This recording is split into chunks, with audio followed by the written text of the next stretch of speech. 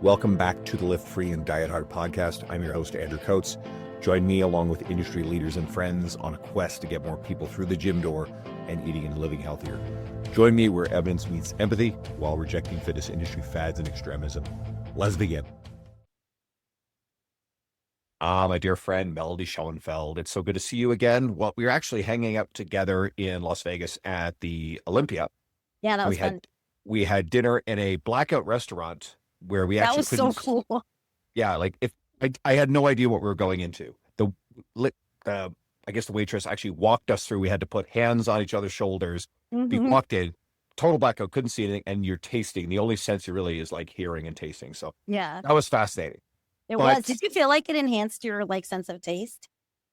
I think it's weird. It's kind of like, if you can't see what's in a box, you put your hand in, and whether it's squishy or it might be a rabbit or God only knows what, right? So it's like, I don't know what this is going to be, but it was like, okay, I don't think they're going to feed us poison. So, and it was actually quite wonderful.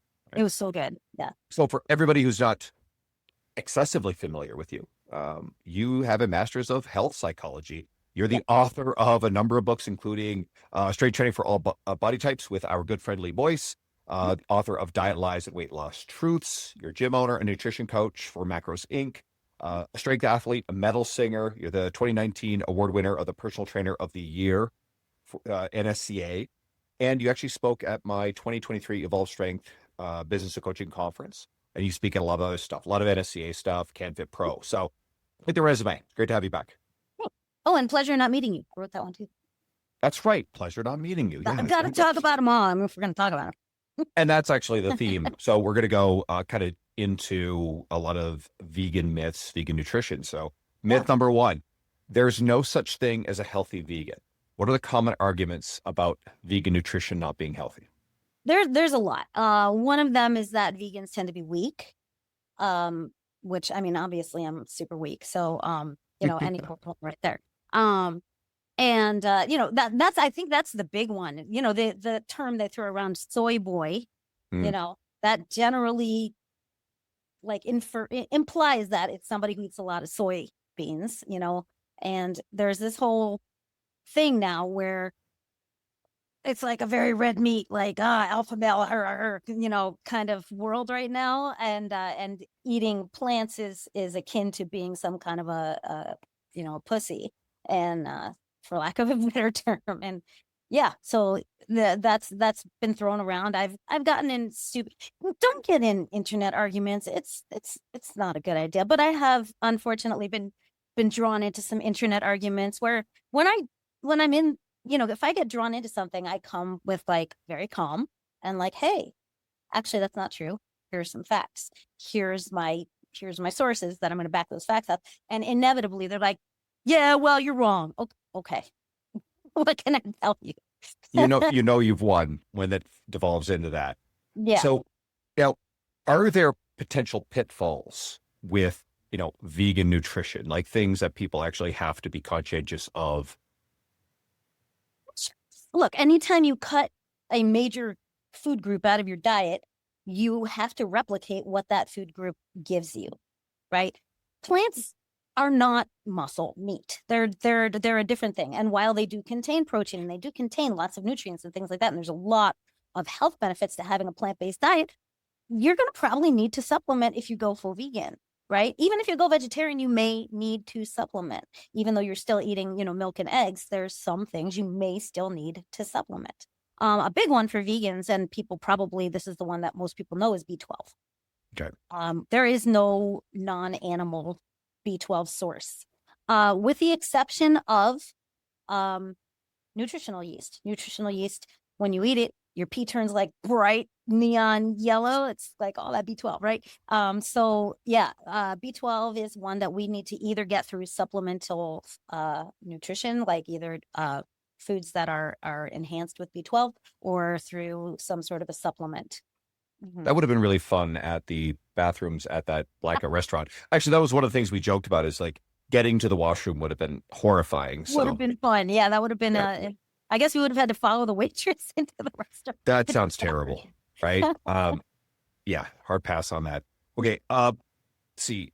Yeah. By the way, if I'm stumbling over my words, I apologize. I'm very underslept right now. Yeah, you just came back from a conference in New Zealand, right? No, I'm about to go, but I Oh, just sleep like garbage. So okay. yeah. Any other key boxes besides B12 that you really want someone who's really thinking about plant-based nutrition, veganism, or maybe coaches who deal with them?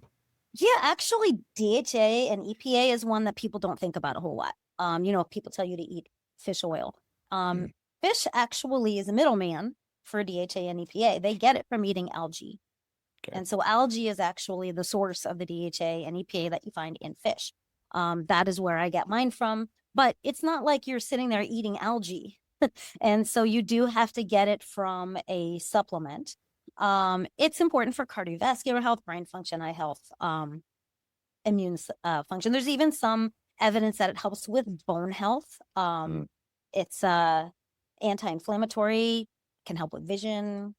So there's a lot of different recommendations for it, mm, and there are some caveats where, like, if you have a bleeding disorder or something like that, you may not want to take, extra DHA EPA. mm, So that's something you would want to talk to your doctor about. But I take a pretty high concentration. The vegan options don't tend to be very high mm. in DHA or EPA. And so I will either, like, if it's like the pills, I usually double or triple the dose that they recommend. They usually, it's like take 1 or 2. I usually take 4. But I also found a liquid DHA made from algae that I take that's a much higher concentration. It's like 1,000.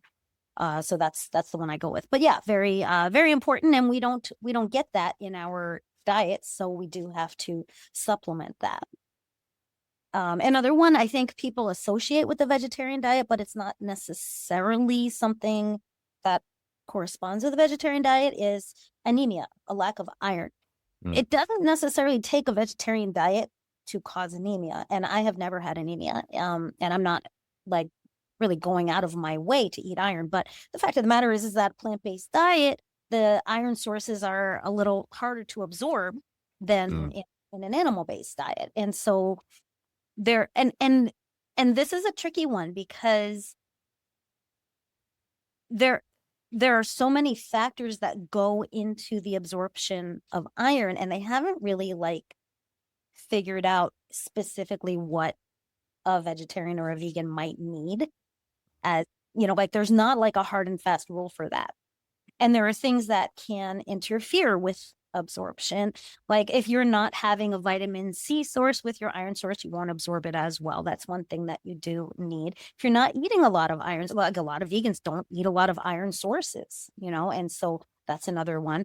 And then I had another brilliant thought, and it just looked right out my Hmm. ear. But I'll if I think of it, I'll come back to it. Are there any, so what are the best plant-based sources of iron then? The ones that sometimes some vegans don't eat much of? Big ones are green vegetables, a lot of legumes like lentils, things like that. Those are really good. Some certain nuts have a lot of iron in them. I personally don't eat nuts, and it's not for any preference. It's just that I'm a very, very small person, and I really like food, and nuts are very calorically dense. And if I eat a lot of Mm. nuts, I don't get to eat a lot of other food. I'm not actively trying to lose or gain weight, but like, I don't want to eat something that's super high in calories because that's going to limit how much else I can eat in my day. So I just don't eat a lot of nuts. Mm. A quick side quest. This episode is sponsored by Macros First, the nutrition app I use for myself and my clients. I don't believe everybody needs a track all the time, but just knowing how many calories are in the food you eat helps with a bunch of things. One, if you're used to restricting, you realize just how much nutritious food you need to eat to fuel yourself. Two, then you realize you have the room for your favorite treats without guilt and shame. Three, realize just how many calories you're eating when you consume a lot of ultra-processed junk food and alcohol. Four, rein in your portion sizes. And five, see just how much snacking you're doing. Your baseline nutrition will improve. My favorite features are the free barcode scanner. The app is easy to use, and you can build and save meals for faster logging. You can also get an extended free trial of the premium version for 14 days and check out a bunch of the cool added features, like check your nutrition trends over time. You can chart your patterns and averages instead of seeing your days in isolation. To get your free premium trial, download Macros First, and during setup, you'll be asked, how did you hear about us? Type in the code, Andrew. What about, we now see a lot of let's call them crazy claims in support of carnivore Mhm. dieting, and sometimes they make claims that are negative about plant-based nutrition. Obviously, Yeah. plant toxins being kind of one of them, but Yeah, this stuff is also entering a lot of the mainstream conscience. So it is. anything to proactively refute some of the more batshit claims. I mean, obviously, things like that LDL cholesterol doesn't matter when in fact that's probably one of the biggest risk factors for cardiovascular disease. Yeah. And it's funny because I think this stuff has come out of defiance rather than science. That rhymed. I didn't try that. Mm, I think it's come out of like, oh, we are becoming a demasculated world because we're not eating as much meat. So let's go in the other direction and be super manly and just eat, just grab a cow off the field and take a bite. I think it's just like gone the other way. And now we're gonna try to, and I feel like there's also this whole thing where making things very complicated or very extreme sells product. mm, So, and I will fault the vegans on this as well. Like vegans have skin in the game when they throw out these documentaries and these books. A lot of it, look, there's a grain of truth in everything, and not mm, everything that they say is bullshit, but at the same time, they're trying to sell you a dogma. mm, They want you to do what they are doing.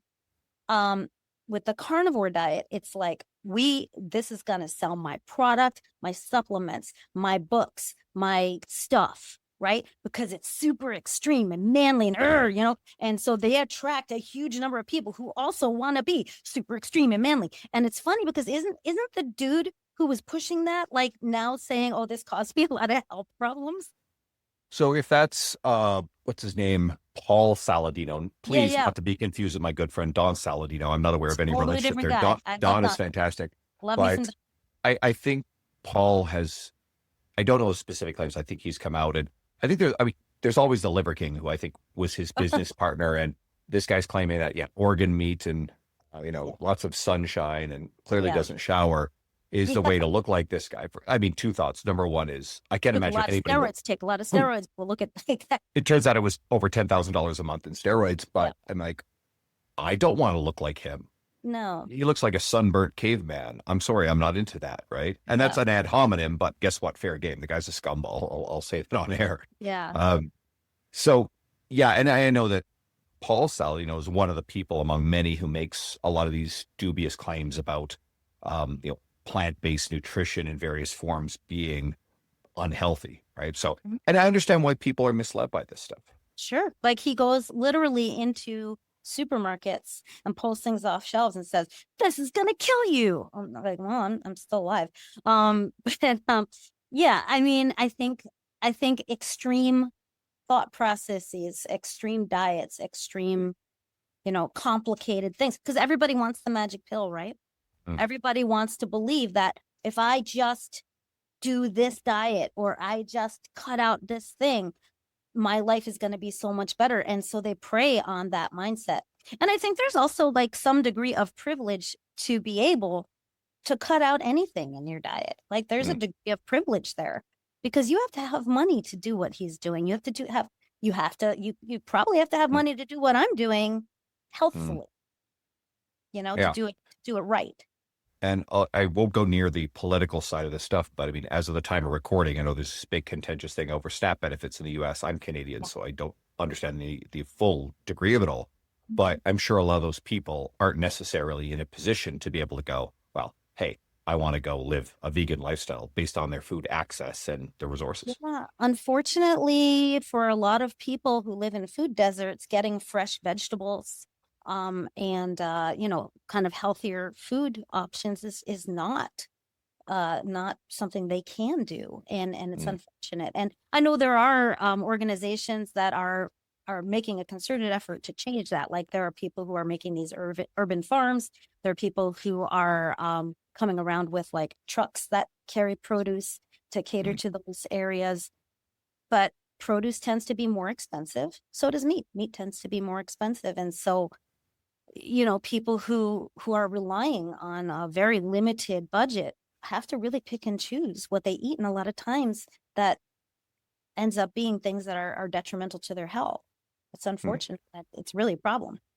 And I know one of the moral arguments, if you want to call it moral on one side, they'll wave around the outliers.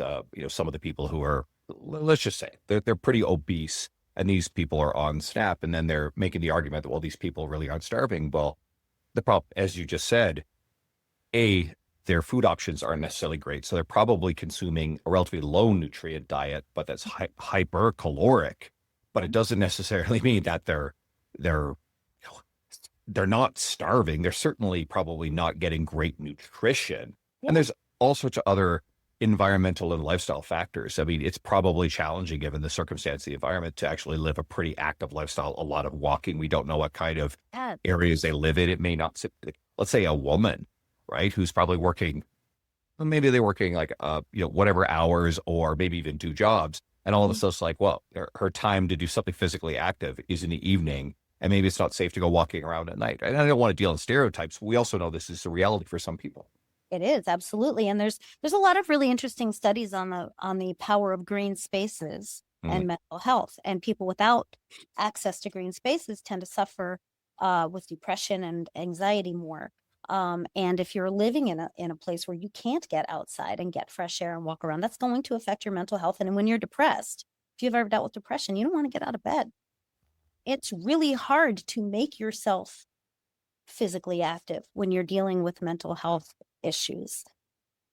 So there's so many factors. I mean, so many factors, and it's really problematic that people jump to judge like that. I want to bring it back to some of the risks of some of these deficiencies. So what are some of the things that actually show up in some vegan populations, especially if they're not getting enough of certain nutrients? And there's also, I don't know if there's genuine evidence to back this, but something to do with like even mental health outcomes and vegans. What's going on there? Interestingly, I just looked at a study about this.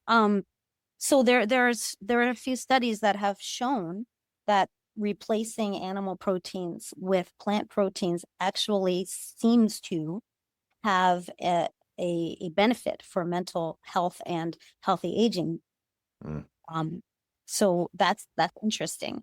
And I think that's also going to be very dependent on what plant-based what your diet looks like.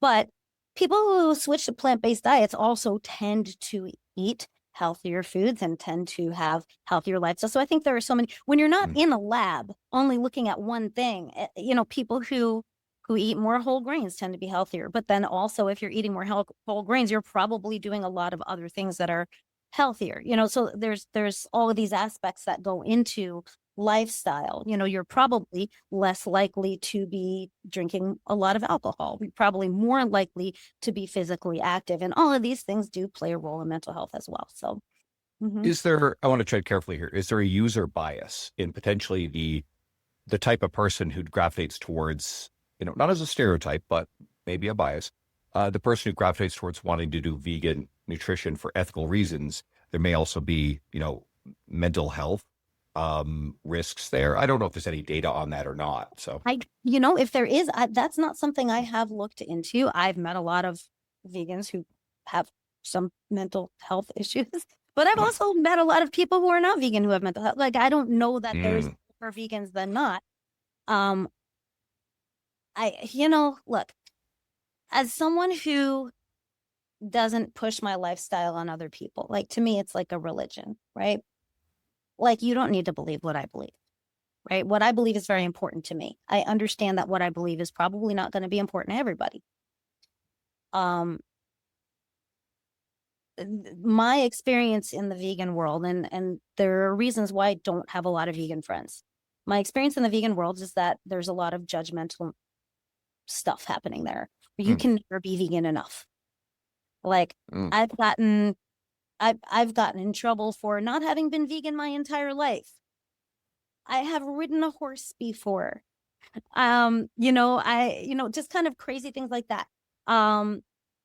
Where like people will continue to judge me. You will never be good enough for certain people. You're not vegan enough. And it's crazy to me. It's like I'm like doing what is important to me. And you do You do it the way that you want to do it, but I actually almost didn't go vegan because people were so like in my face about like, oh, I'm a murderer, and it made me not want to be around those people. So I didn't listen to them. I think this is almost true of any ideology. Yeah. Socio-political, nutrition, there's lots of different outlets in our space. And you and I have had private conversations in different contexts. I believe bad faith actors, bullies, narcissists, people with nefarious intent show up in spaces and adopt ideologies that actually give them a shield and a cudgel to then be the biggest assholes in the fucking universe and gain status, all while being protected by that umbrella. And I would love for you to comment on that through the bad behaviors that show up maybe in some of the loudest voices in the vegan space. So that way, the person listening who may be interested like you've been in the past, or just wants to understand better, knows how to separate those bad faith actors from the genuine people like yourself. I think the things you want to look out for. Number one, are they selling a product? Right? Now, listen, I've written books, so I have a product, but I'm also not trying to, I guess, convince anybody of anything. I'm just trying to put information out there. But if somebody's selling a product or a supplement or a book or a, whatever, a program, you need to look a little further. It doesn't, just because they have a product doesn't mean that they are, acting in bad faith. But sometimes it does. Sometimes like they are pushing a certain dogma to, so that's one thing. Another thing is they're telling you that their way is the only way. We're a human element. There isn't one way that's the only way for anything. And I think that's important. Going to extremes, right? This is going to kill you. No, it's probably not going to kill you. Or your doctor doesn't want you to know about this. And your doctor probably wants you to know about it if it's going to help you, So there's things like that. So I think there are things to look out for sure, but it can be tricky because a lot of people use science at the cherry pick and they make it sound really good and really convincing, like so convincing. And if you don't double check, and most people aren't going to double check, right? If you don't double check what they're telling you and you just take it at face value, you're just going to be like, well, they seem really smart, so I'm just going to go with that, I feel like a good illustration of this, and I mentioned this to Dr. Matthew Nagra, who was on not too long ago. And again, there's another episode. That one went really deep into, vegan-based nutrition. Actually debunked a lot of the myths about, and we can get into the protein side of stuff about how like a lot of people traditionally believe that plant-based proteins were inferior. But the documentary Game Changers, now, I think he was fairly bullish on it, but I mean, I think there were a lot of misleading claims in that.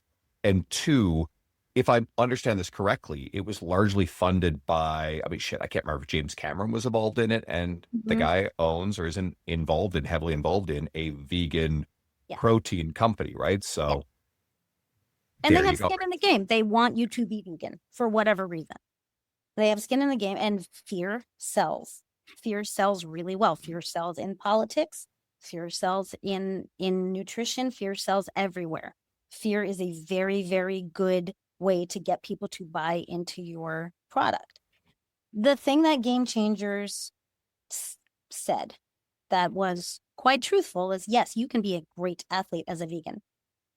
Being vegan does not make you a great athlete, right? So I think that's an important distinction, right? There's no benefit in athletics to being vegan. There's also no detriment. That's been shown to date anyways. It's something that's just like, yeah, you can do it and you'll be fine. That's it. There's no evidence that shows that veganism is detrimental to strength or endurance or anything like that. There's sometimes some evidence that it's not great evidence, but some evidence that sometimes it can make you recover better or, maybe run a little faster. But I don't really buy into that evidence. It's not real strong. But yeah, most of the evidence just shows like, yeah, if you're vegan and you're eating a protein equated diet and you're eating the right nutrients, you're fine. You're not going to have trouble. One issue, however, is that a lot of vegans have trouble getting in enough calories Mm. to support an extremely athletic lifestyle. You have to eat a lot of food, because a lot of vegan food, if you're not like, if you're doing fatty foods like avocado, nuts, seeds, those will help increase calories more quickly. But if you are burning like 7,000 calories a day or whatever, it's going to be really harder to do that on a vegan diet than with an omnivorous diet.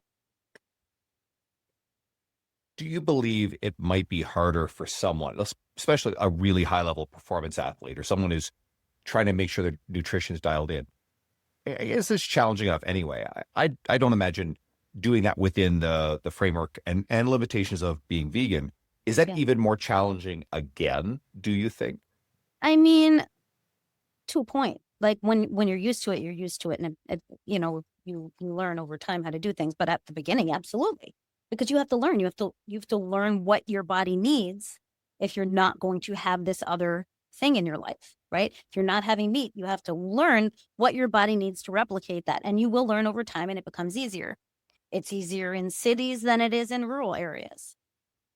So there's a lot of it's easier if you supplement than if you choose not to supplement, right? It's easier if you eat fake meat than if you don't eat fake meat. Mm.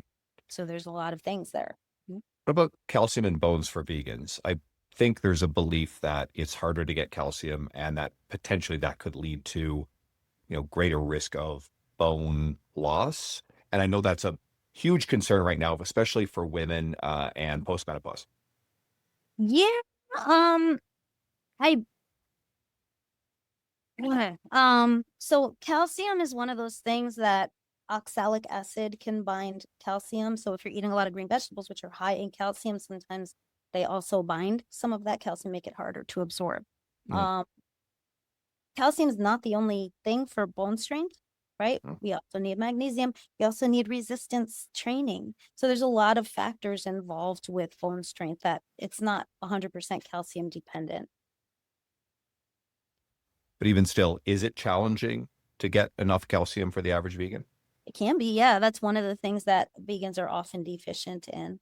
And so Oh. you may need to supplement. Again, talk to your doctor about calcium supplementation, because some are better than others. There's different types of calcium, things like that. So Okay. I mentioned the protein side earlier. So um, one of the myths was that all proteins are created equal. This is from an old article you wrote. mm, So what matters here? And I know, again, I referenced the episode with Dr. Matthew Nagra, and I know he went into depth in here, but yeah. what do you want people to know about vegan-based protein? So the thing about protein in a vegan diet, so most people need anywhere from 1.2 to 2.4 grams of protein per kilogram of body weight. Generally 1.6 is kind of the sweet spot. And for a Mm. lot of people above 1.6, it's got diminishing returns. That said, um, vegan food all has all the amino acids. It's just a matter of how much of it you're getting, right? Mm. And the big thing for muscle growth is leucine. And a lot of vegan diets may be a little bit more deficient in leucine than an animal-based diet. So we have to be a little bit more attentive to that. So a vegan diet, a vegan protein, and you add leucine to your protein, you're going to probably get better benefits than if you don't, right? So that's one thing. There was an interesting meta-analysis on this very recently. I think it was like July it came out, where they looked at non-soy based diets, because they wanted to see like other source, because a lot of the research that's been done has been done on soy. So they wanted to see like how people respond with other types of protein, and what they found was that the muscle growth was not quite as good as the animal based protein, but the difference wasn't really that big. It was a small difference, but it was a difference. It was a significant enough difference to know that it was that vegans, when in a non-soy based diet, did not gain as much muscle mass as omnivores. Take that for what it's worth. People who ate a soy-based diet do not seem to have that issue. The soy protein seem to be equated. And then the difference is just so small. So it's not really like a huge deal, Hmm. but it's something to be aware of. Interestingly, in that study, the results were, I want to say, it was a bigger effect in younger people than older people, if I'm remembering correctly. Mhm. But another thing about that study is there were no differences in strength, no Hmm. difference in performance. So even though the muscle mass was a little like, some difference in muscle mass, the strength was the same. So, Hmm. mhm. Is this one of those places where you actually might recommend BCAAs for someone? Would that be a Not good on their solution? own, not on their Okay. own. Taking BCAAs by themselves doesn't really have any effect. You have to take them with protein. Okay. Yeah. In order for them to have an effect. But yeah, I mean, you could, because that'll help increase the leucine content. Mm. Okay, fair. So let's say like someone was literally looking for leucine and they consumed it with a meal. And I mean, as you said, all The vegan-based protein. sources of protein do Yeah. have a complete profile. It's just they may not have a lot of some amino Yeah. acids. That should help you hit your leucine threshold a little bit better. Mhm. But I guess let's say, encourage someone to have a vegan-based protein, maybe plant pea proteins or some of the other ones. Would that You be a know, I better think choice? I think the big thing is, number one, have a wide variety of protein sources. That's going to be a lot better than if you only eat lentils. The wide variety of protein sources means that the plant proteins are going to complete each other. By the end of the day, you're going to have a much more complete Mm, composite of your protein. The other thing is probably, as a vegan, you might want to eat a little bit more protein than what is recommended for an omnivore, just to be on the safe side. It's not going to hurt you, and it might help you. mm. So rather than aim for 1.6, maybe you go for 1.8, maybe you go for 2, just to be to be on the safe side. It's not going to hurt you, and it might help you. Do you find that getting enough protein is more challenging with a vegan-based diet to also not overconsume on calories? Because, Yeah, absolutely. okay, so are there any protein sources that you try to encourage people, hey, this is a really good idea to include more of these food stuffs you mentioned, soy a bunch of times? Mhm. And do you want And to even do like the debunk the soy myths? yeah, so soy's got a bad rap. And most of the myths out there have been debunked pretty well. It's not going to affect male fertility, unless you're like, if you're eating just insane amounts, but nobody's eating that much protein. I mean, that's that much soy. And it may have a protective effect for breast cancer. Mm, It might have a protective, kind of a lessening effect on menopausal symptoms for a lot of women. mm, Um, but yeah, it's not feminizing for men, but it is a common allergen. So if you don't feel good when you eat it, don't eat it. okay. That's it. Mhm. I mean, if you want to think about it from a practical perspective, people in Asia eat a fair amount of soy and they do not have a population problem. Well, I could go on a tangent there about birth rates in Korea, but that's way outside the scope of this. Yeah. But classically speaking, yes. Okay. Yeah. That's irrelevant to that point.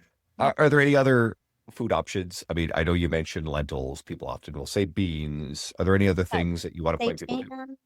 Um, there's a product called Meaty that I like a lot that's made from mushroom root. And I like that one a lot. It's low in calories, high in protein. And it's a complete protein, which is cool. Beans and rice together, you don't have to eat them at the same time, but beans and rice, beans and wheat, beans and corn all make a complete protein. Soy is very, very high quality protein. Seitan, if you make it with bean flour or you buy it with bean flour, so it's not just wheat gluten, but it's wheat gluten plus bean flour, you have that beans and wheat in one place. That's a much higher quality protein source. Um, and a lot of people like, they don't want you to like, they're like, I don't want to eat like the fake meats. And I think that you're really doing yourself a disservice, because it's a very convenient source of protein. Mm, People are like, well, I don't want to eat the processed foods.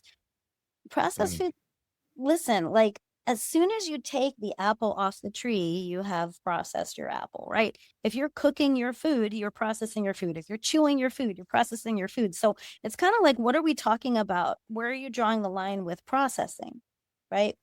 And I think when people are talking about processing, what they're concerned about is having something where the nutrition is stripped out of it completely. That's a whole nother story, talking about ultra processed, foods. There isn't evidence that I am aware of that shows that eating fake meat products is particularly detrimental to people's health. Now, one issue they may have is that they do tend to be high in sodium. If you're sodium sensitive, that could cause an issue for you. If you have an allergy to soy or to wheat, those are the two things that are very common in those products, then they may not be great for you. But as a general rule, they're a convenient source of protein. They taste good. There's nothing wrong with them if you want to include them. I alluded to this earlier, but is vegan nutrition more expensive? Can be, for sure. I think it also depends on how far you want to take it and where you want to shop. But if you go like to the Asian stores, you can find soy products that are cheaper. If you make things yourself, if you have the time to do that, which time is a premium. It depends on how convenient you want to make things, and it depends. I do a lot of frozen vegetables because it is, and they tend to be more nutritious after about 5 days. They're cheaper. There's no waste. And you can buy them in the dollar store, which is nice. Like if you want to. So yeah, I have a freezer full of frozen veg. And tofu can be a very cheap source of protein. Beans, very cheap source of protein. Obviously, whole grains like brown rice, like whole wheat bread, you can get at the dollar store. So you just have. It depends on what you want to eat. But you can do it. You can do it on the cheap. You just have to be real careful. Because, as you said earlier, meat is actually expensive. And I think on average, it's probably the most expensive thing outside of, I mean, obviously, there's premium branded based all kinds of food, right? Mm-hmm. And then there's, of course, and I feel like you were going to allude to, with where you shop. Yeah. No one needs to shop organic, right? Organic is a marketing label. There's no evidence to support the fact that organic has better health outcomes. That's correct, right? No. Mm-hmm. Okay. Yeah, organic. Listen, it just means you're using a different type of pesticide, right? Doesn't necessarily mean it's a better pesticide. Mm. Okay. What are some of the benefits of progressively moving to more towards plant-based nutrition? Because I mean, there's vegan is the end of a spectrum in theory, and as you said, there's different like degrees and some moral policing there. But we have vegetarianism, but ultimately there's eating less meat, less red meat, less saturated fat, which I think is probably one of the most important things now that we're comfortable understanding. So yeah, so what are some of the benefits of progressively, including more vegetables, less meat? There are studies that show that you have the all-cause mortality tends to be lower the less meat you eat. The cardiovascular disease tends to be lower. Body weight tends to be lower. Body fat tends to be lower. And there are cognitive benefits as well.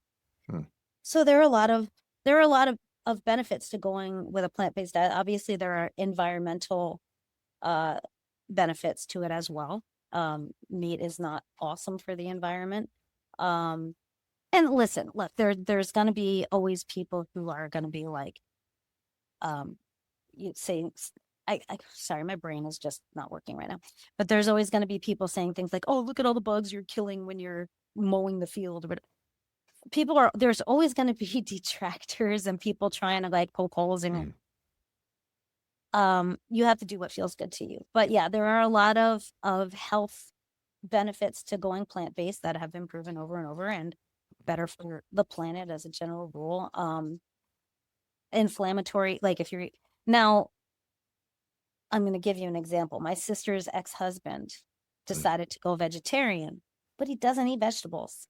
So he went on like a Doritos and potato chips diet, essentially. You're not going to get a lot of health benefits from that. So the health benefits from the plant-based diet also come with eating more plant foods. So more vegetables, more whole grains, more fruits, more beans, things like that, healthy fats. All of those things are going to support your better health. And so I think that's part of it, is that when people are going towards a plant-based diet, they tend to eat more of those things. So that makes a big difference. And I would assume if you're consuming more of that, you're getting more fiber, which usually leads to better gastrointestinal Yes. cancer, colon cancer type outcomes. And you asked about mental health. Having a healthy gut is related to lower rates of anxiety, depression. So eating a wide variety of fiber foods. A lot of people ask me, well, can I just take a fiber supplement? I mean, you can, but you're not going to get the benefits of eating the fiber foods. Those are the most nutrient dense foods out there. So, yeah, you can take a fiber supplement if that's the only thing you're willing to do, but you're really going to be better off getting lots of fruits and veggies, whole grains, beans, things like that. You mentioned the vegetables earlier. Yeah. I keep frozen vegetables in the house, lots of bags of it. I get it at Costco. I find pretty inexpensive. As you said, they keep for a long time, super nutritious. I really like them, right? Yeah. And later in the evenings, because I try not to keep things around that I will snack on. And, I eat plenty of calories in a day. So I don't have like that much leeway for snacky type stuff in the evening. And trust me, if I have, there's a type of cheese, this stuff I got at Costco, and this stuff is absolutely lethal for me. I struggle to control not eating. I will stand there or sit down and eat 2/3 of a huge block of this stuff in one sitting because it's that delicious to me. So I can't have this stuff around. And I will indulge once every several months as okay, cool. I've been thinking about this for weeks. I want it. I have to be really careful about the narratives spitting there. But what I do is I'll microwave a couple of cups of frozen veggies in the evening, and I really enjoy it. It's filling, and I know it's nutritious, and I feel honestly really good about it. And it's become a valuable tactic if I feel hungry later in the evenings. Yeah, honestly, that's my dinner most nights. It's just me here. So I don't need to impress anybody. So I just usually just take a whole bag of frozen veggies and a protein, and that's my dinner just about every night. And it's easy. I vary the veggies a lot. So it's not, I don't get bored. I vary the protein. I have, another protein I really like. There's a company, I keep forgetting if it's Big Mountain or Blue Mountain. I think it's Big Mountain Foods. They make a fava bean tofu. You can make tofu out of any bean, by the way, but it's got a ridiculous amount of the whole package is something like 200 calories and 50 grams of protein or something like that. And I'll take a whole package of that and just crumble it up and throw it in. It's good. It works. Do you have that? Do I have it? Do you have it with a nice Chianti? A nice Chianti. I do. Yes. I really hope some people get that reference. If you don't, you can DM me. Okay. If you do, DM me, please. All right. I've never even seen the movie and I got the reference. Good. All right. It's a Hannibal Silence of the Lambs movie sequence thing. Okay. Last question. Can vegan diets become restrictive? Of course, by nature, a vegan diet is restrictive. You're restricting yourself when you are on a vegan diet. So yes. Now, any diet can be restrictive. It depends on what it is you're trying to do. If you're I'm going to go vegan and I'm also not going to eat processed foods, whatever that means to you. So no vegan meats, no bread. I don't want to eat carbohydrates. Some people just demonize. We've been demonizing carbohydrates for how long now? So yeah, I don't want to eat bread. Or it can be I want to go vegan, but I have a soy allergy. Well, that's going to restrict you a whole lot. I have a gluten allergy. That's going to restrict you a whole lot. So yeah, of course, any diet can be restrictive. It just depends on the parameters you're putting on it. But a vegan diet is starting out as a restrictive diet. And then if you're putting more restrictions on that, it's going to get worse. So yeah, raw vegan is super restrictive and not a lot of science showing that it's, why would you, don't do that to yourself, please. Yeah. Yeah. This episode is brought to you by Just Bite Me Meals. I work long days and I won't compromise my client experience or sacrifice my workout, sleep, or nutrition. So I needed a quality and reliable meal prep service so I could save time on cooking and shopping and have more time for the stuff that matters. Net out the cost of groceries and the service isn't as much as you might think, and regular impulsive food delivery apps, eating out, that costs way more anyway. I get more meal variety and less dishes to clean, and I've been referring clients to Just Bite Me Meals for a long time, and I recently started ordering myself. Food is great. The beef brisket tacos are my favorite so far. And there's a lot of menu choice. Your calories and macros are listed. The portions are great. You can order custom meals. They deliver to your door, or you can pick up from their storefront. And I'm sorry to listeners outside of Alberta, but Just Bite Me Meals is currently just in Edmonton, Calgary, Grand Prairie, and Fort McMurray. Ordering from Just Bite Me Meals made my life easier instantly. And you can get 10% off on all your orders using my code, Andrew Coates Fitness, all caps, on their website. That's Andrew Coates Fitness, all capitals, or go to the link and the code in the show notes. Do you find, at least anecdotally, some people who might be vulnerable to disordered eating behavior or have eating disorders may gravitate to vegan nutrition? I mean, they're going to find a way one way or the other, but will they sometimes gravitate there as a more ethical and socially acceptable, morally acceptable way to, engage in, eating disorders? 100%. A lot of the people. So first of all, I grew up around anorexia. My mom was anorexic, and I grew up with it in my house, so I saw it. But a lot of people will use veganism or a diet like that as an excuse. They'll say they have a food allergy, whatever, as an excuse to not eat it, right? And so I can't have what you're having because I'm vegan. I'm not going to have it. Or I can't have what you're having because I'm allergic to wheat. I have a gluten allergy, so I'm just not going to eat any of what you're. So yeah, absolutely. Veganism is used a lot to support why somebody can't eat something, or eating a lower calorie diet.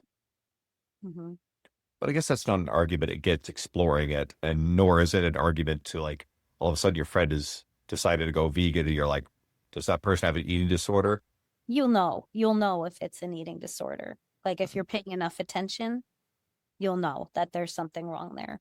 But going vegan doesn't necessarily mean that somebody has an eating disorder. When I was 5 years old, we had a bird bath. I was taking bugs out and saving them. Like, I've always been going in this direction. There was really never a question that I would end up here, I think, if you looked at the way I lived my life.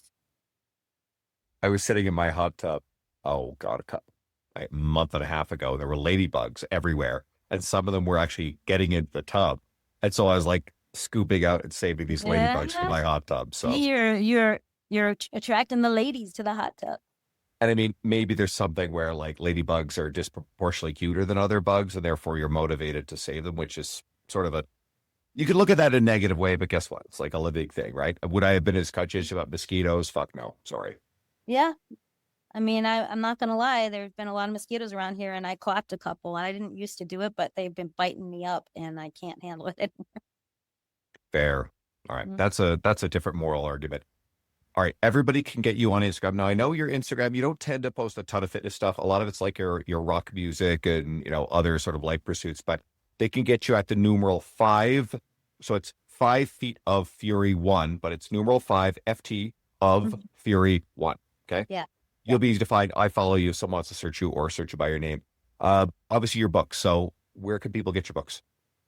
All of them are on Amazon. 2 of them are also so Pleasure Not Meeting You. I wrote that book because I felt like it was a book that needed to be written, and I didn't think anyone was going to buy it. So I self-published it. So the only place you can get that is on Amazon, unless somebody's reselling it somewhere. But the other 2 got picked up by a publisher. So you can get them through Human Kinetics. And they also have wide distribution in bookstores. So you can buy it at most online bookstores. I know Lee Boyce would love it if you guys went and got, hold on, where's my copy? Just give me a copy right here. If for video watchers. Yes. There's you and Lee. And I mean, you can see why the my 2 twin of brother. you, why you guys were just right to write that book. So straight training for all body types, guys. Anyway, go check it out. Okay. My copy. Cool. And guys, please go and follow and check out what Melody's doing. You are one of my favorite people in the industry. It's always great to see you when we get to hang out at events. And yes, I've also had your famous brother on my podcast not too long ago as well. So yes, Brad is your brother. He did a really good masterclass on muscle hypertrophy.